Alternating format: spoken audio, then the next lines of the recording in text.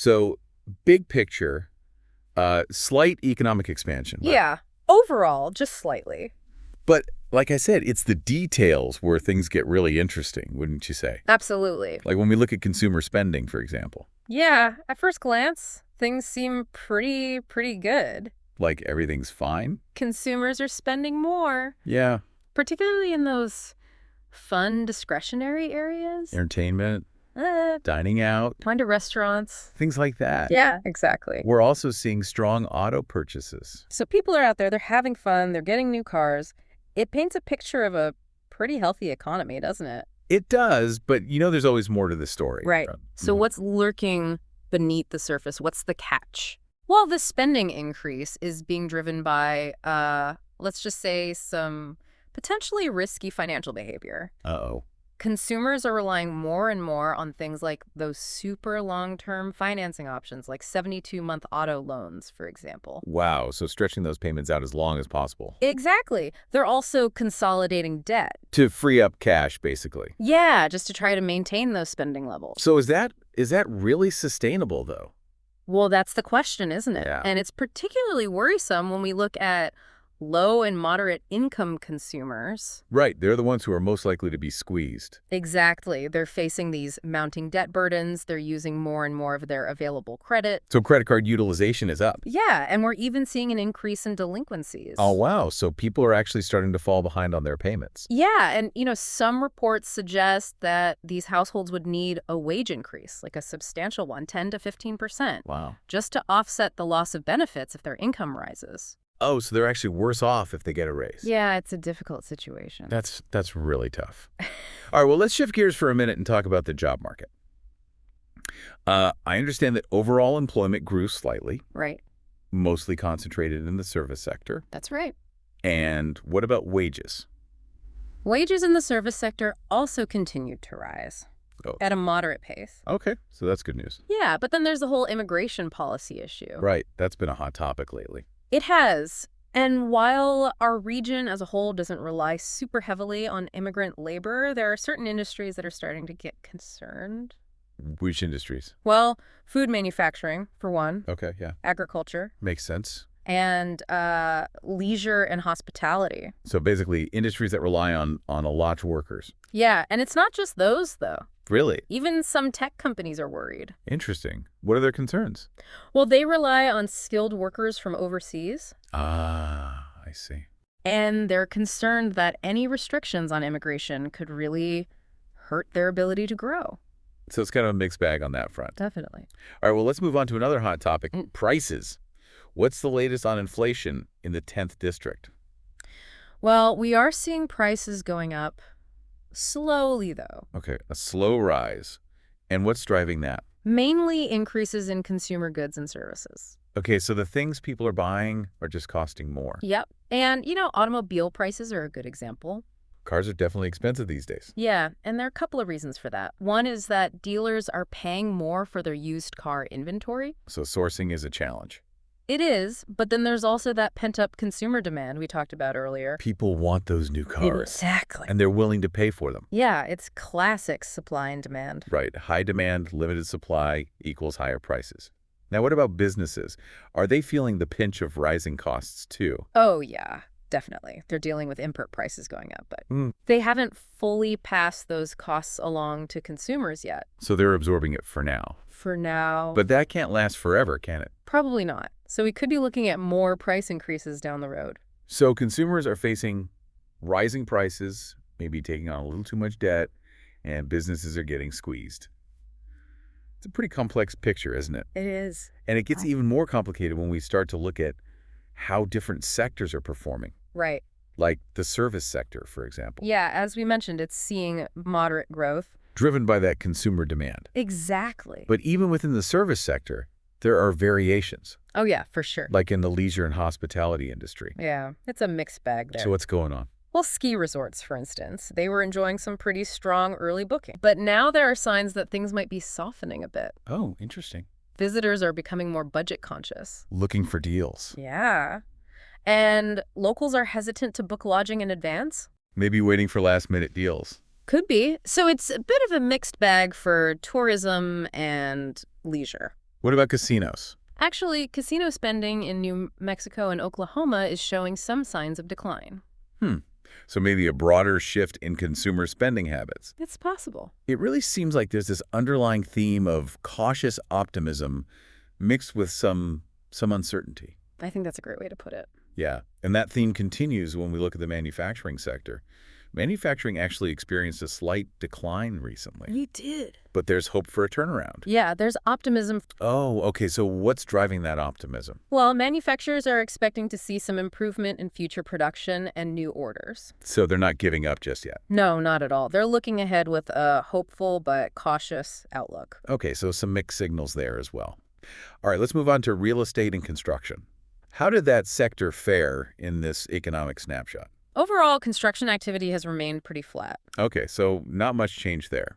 But there are some pretty interesting shifts happening beneath the surface. Oh, like what? Well, public sector projects are winding down, Okay. but at the same time, private sector demand is picking up. Interesting. So a shift in focus? It seems that way, yeah. Where's that private sector demand coming from? Well, we're seeing a lot of activity in healthcare facilities Okay, makes sense. and also high-end single-family homes. So kind of a tale of two markets there. Yeah, you could say that. It seems like every time we look at a different piece of this economic puzzle, we find another layer of complexity. It's true. And all that complexity just highlights how important it is to understand these trends. Absolutely. All right, well, let's wrap up this first part of our deep dive by taking a quick look at a few other notable trends, like what's happening in energy and agriculture. Sounds good. So energy first.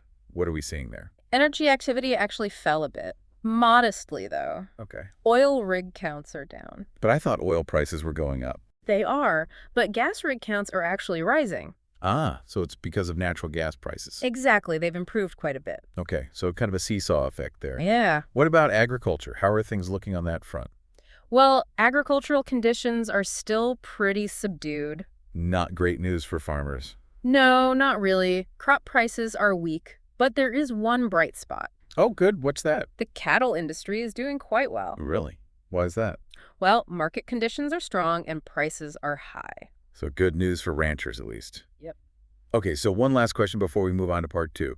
What's the latest with loan demand and credit standards? Loan demand and credit standards are mostly unchanged.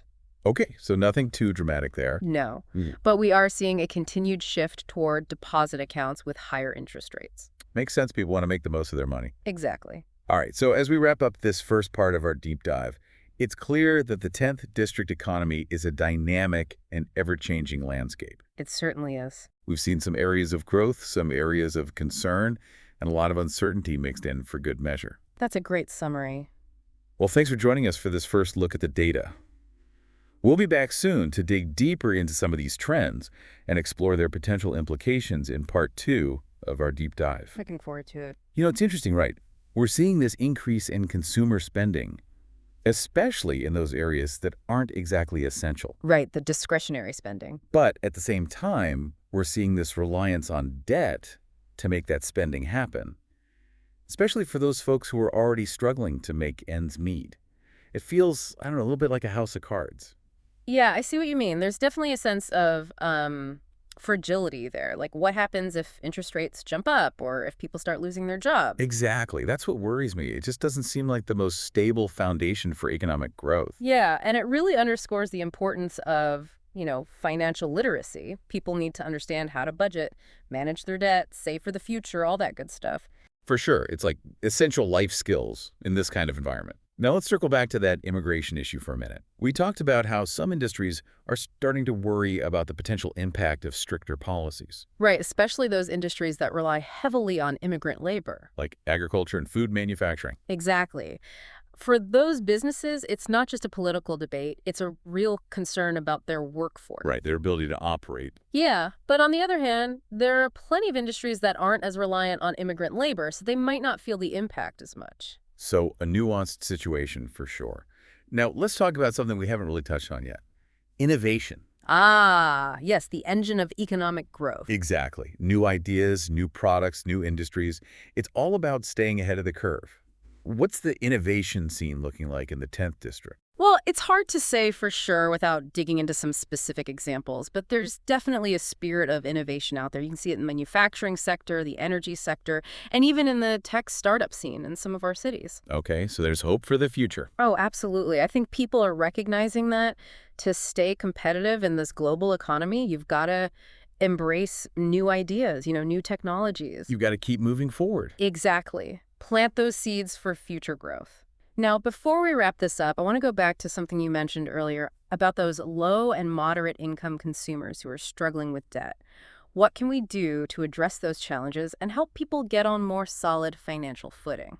Well, there's no easy answer, is there?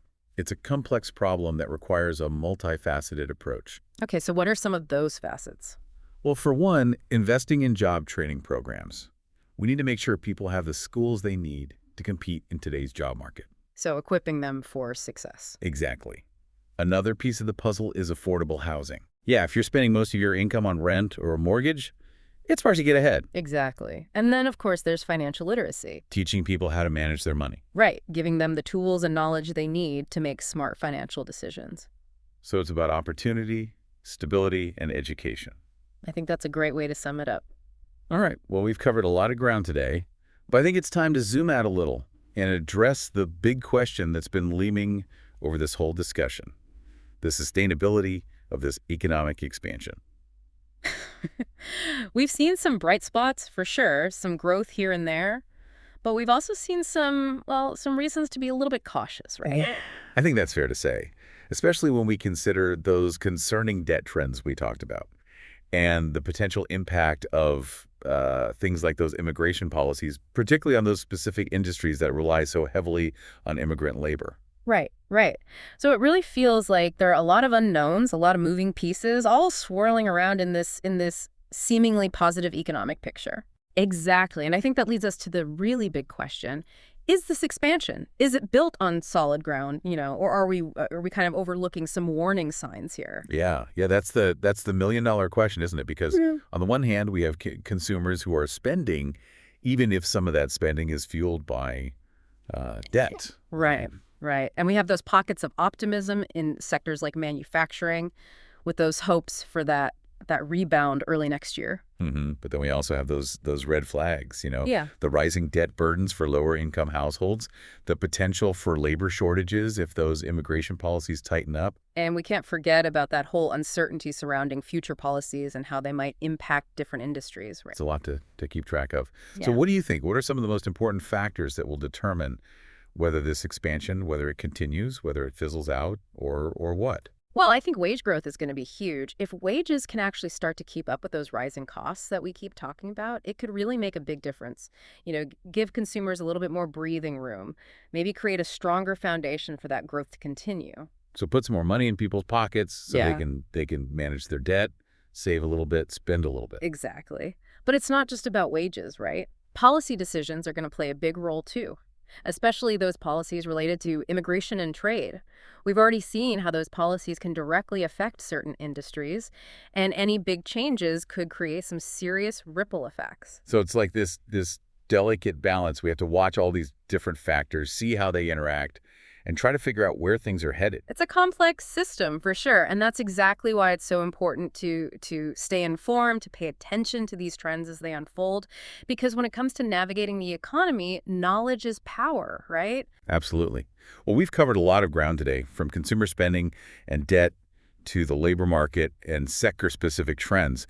It's been a really fascinating look at the 10th district economy. It has, and I encourage everyone to continue exploring these topics, asking questions, digging a little deeper, because the more we understand about the forces that are shaping our economy, the better equipped we'll be to navigate the future. Well said.